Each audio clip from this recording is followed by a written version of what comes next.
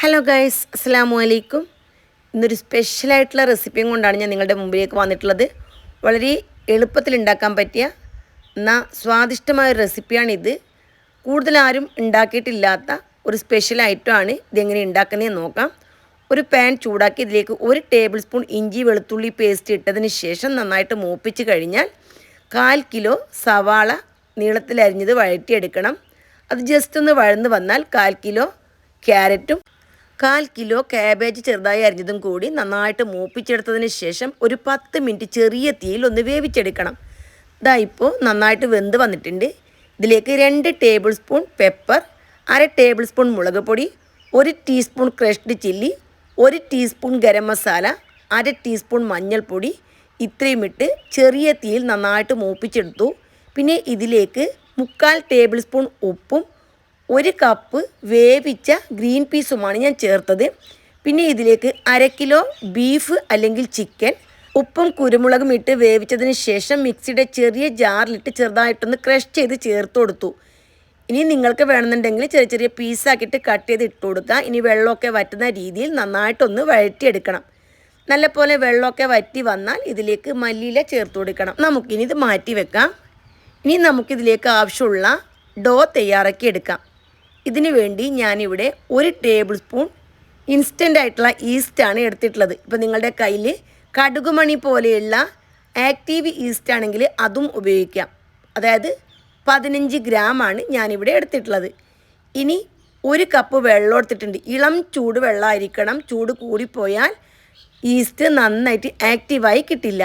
1 കപ്പിൽ നിന്നും ഇതിലേക്ക് ആവശ്യത്തിനുള്ള വെള്ളം ഒഴിച്ചിട്ട് ഒന്ന് കലക്കിയെടുക്കണം. മുഴുവനായിട്ട് ഒഴിച്ചു കൊടുക്കേണ്ട. ഇതിലേക്ക് 1 ടീസ്പൂൺ പഞ്ചസാരയും കൂടി ചേർത്ത് നന്നായിട്ട് മിക്സാക്കി ഇതൊന്ന് പൊങ്ങാൻ വേണ്ടി 5 മിനിറ്റ് മാറ്റി വെക്കണം. മാറ്റി വെക്കുന്ന സമയം അല്പം വലിയ പാത്രം തന്നെ എടുക്കണം. ഇത് പെട്ടെന്ന് പൊങ്ങി വരാൻ ചാൻസ് ഉണ്ട്. ഇനി 250 ml മെഷർമെൻറ്റ് കപ്പിൽ 2 കപ്പ് മൈദ ഞാനിവിടെ എടുത്തിട്ടുണ്ട്. ഈ മൈദയിലേക്ക് നമ്മൾ ആക്റ്റീവാൻ വെച്ചിട്ടുണ്ടായിരുന്ന ഈസ്റ്റ് ഉണ്ടല്ലോ അത് ചേർത്ത് കൊടുക്കണം. പിന്നെ 1 ടീസ്പൂൺ ഉപ്പും കൂടി ചേർത്തിട്ട് നമ്മൾ മാറ്റി വെച്ച വെള്ളം ഉണ്ടല്ലോ, 1 കപ്പിൽ നിന്നും കുറച്ച് വെള്ളമാണ് നമ്മൾ ഈസ്റ്റ് കലക്കാൻ വേണ്ടി എടുത്തിട്ടുള്ളത്. ബാക്കി വെള്ളം ഒഴിച്ചിട്ട് നന്നായിട്ട് ഒന്ന് കുഴച്ചെടുക്കണം. ഒരു 5 മിനിറ്റ് നല്ല പോലെ കുഴച്ചെടുക്കണം. ഒരു സ്റ്റിക്കായിട്ടുള്ള പരുവത്തിലാണ്, അത് ഒട്ടുന്ന ഒരു പരുവത്തിലാണ് ഞാനിവിടെ കുഴച്ചെടുത്തിട്ടുള്ളത്. അപ്പോൾ ഞാനിവിടെ 1 കപ്പ് വെള്ളം ഒഴിച്ചിട്ടുണ്ട്.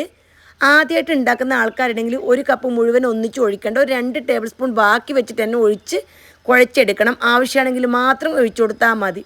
മയണൈസ് ഉണ്ടാക്കാൻ വേണ്ടിയിട്ട് മിക്സിയുടെ ചെറിയ ജാർ നന്നായിട്ട് തുടച്ചെടുത്തതിന് ശേഷം 2 അല്ലി വെളുത്തുള്ളി ചെറുതായി അരിഞ്ഞതും, 1 മുട്ട ഫ്രിഡ്ജിൽ വെക്കാൻ പാടില്ല, 1/4 ടീസ്പൂൺ പെപ്പർ, 1/4 ടീസ്പൂൺ ഉപ്പ് ഇത്രയും ഇട്ട് 15 സെക്കൻഡ്, അതായത് നമ്മൾ 15 എണ്ണുന്ന വരെ നന്നായിട്ട് ഫുൾ സ്പീഡിൽ ബീറ്റ് ചെയ്തെടുക്കണം. ഇനി 1/2 കപ്പ് എണ്ണ എടുത്തിട്ടുണ്ട്, 125 ml.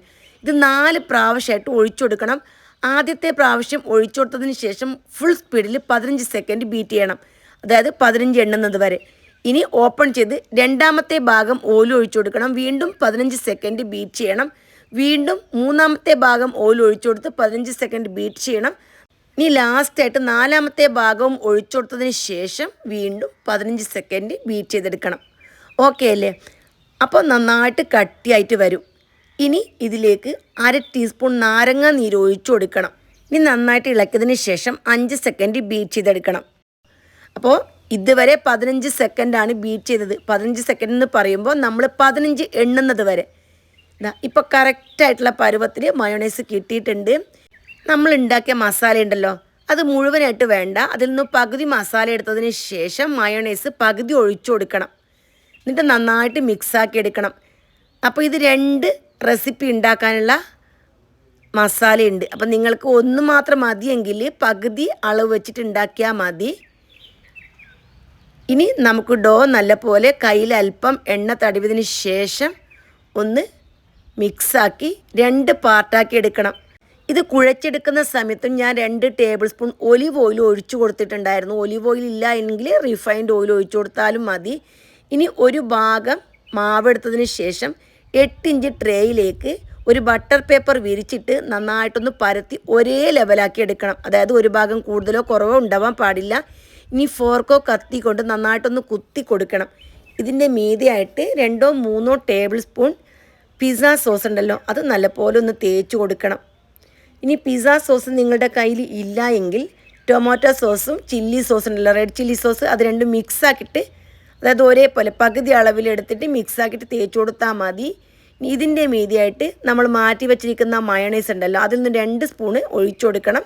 എന്നിട്ട് ലെവലാക്കി എടുത്തതിന് ശേഷം ഇതിൻ്റെ മീതിയായിട്ട് റെഡിയാക്കി വെച്ചിരിക്കുന്ന ഫില്ലിംഗ് ചേർത്ത് കൊടുക്കണം. ഫില്ലിംഗ് എല്ലാം ഒരേ ലെവലിൽ തന്നെ വെച്ചതിന് ശേഷം ഇതിൻ്റെ മുകളിലേക്ക് മൊസറല്ല ചീസ് വിതറി കൊടുക്കുന്നുണ്ട്. അപ്പോൾ ഇതിന് കറക്റ്റായിട്ട് അളവൊന്നുമില്ല, നിങ്ങൾക്ക് എത്രത്തോളം വേണം അതിനനുസരിച്ച് ഇട്ട് കൊടുക്കുക.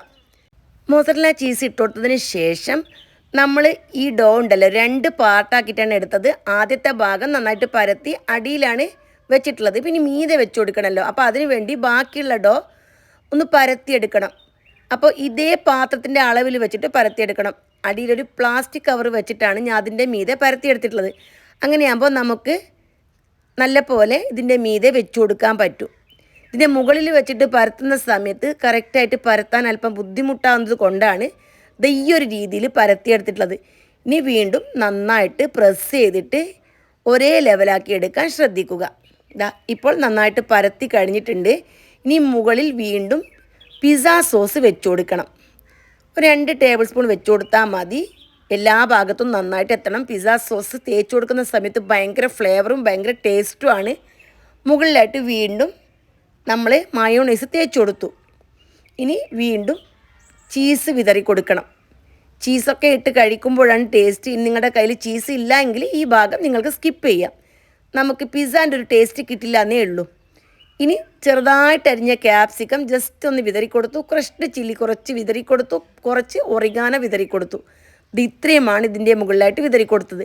പിന്നെ സോസ് ഉണ്ടല്ലോ, അത് അല്പാൽപ്പം ഓരോ ഡ്രോപ്പ് ഇങ്ങനെ ഉറ്റിച്ചു കൊടുത്താൽ ഇത് മെൽറ്റായി കഴിയുന്ന സമയത്ത് കാണാൻ നല്ലൊരു ഭംഗിയാണ്. അപ്പോൾ അതിന് വേണ്ടിയിട്ട് ഞാനിവിടെ അല്പം ഒന്ന് ഒഴിച്ചു കൊടുത്തിട്ടുണ്ട്. അപ്പോൾ ഇത്രയേ ഉള്ളൂ. ഇനി ഒരു പാൻ ചൂടാക്കി എടുക്കണം. ഞാൻ 5 മിനിറ്റ് നന്നായിട്ട് ചൂടാൻ വെച്ചിട്ടുണ്ട്.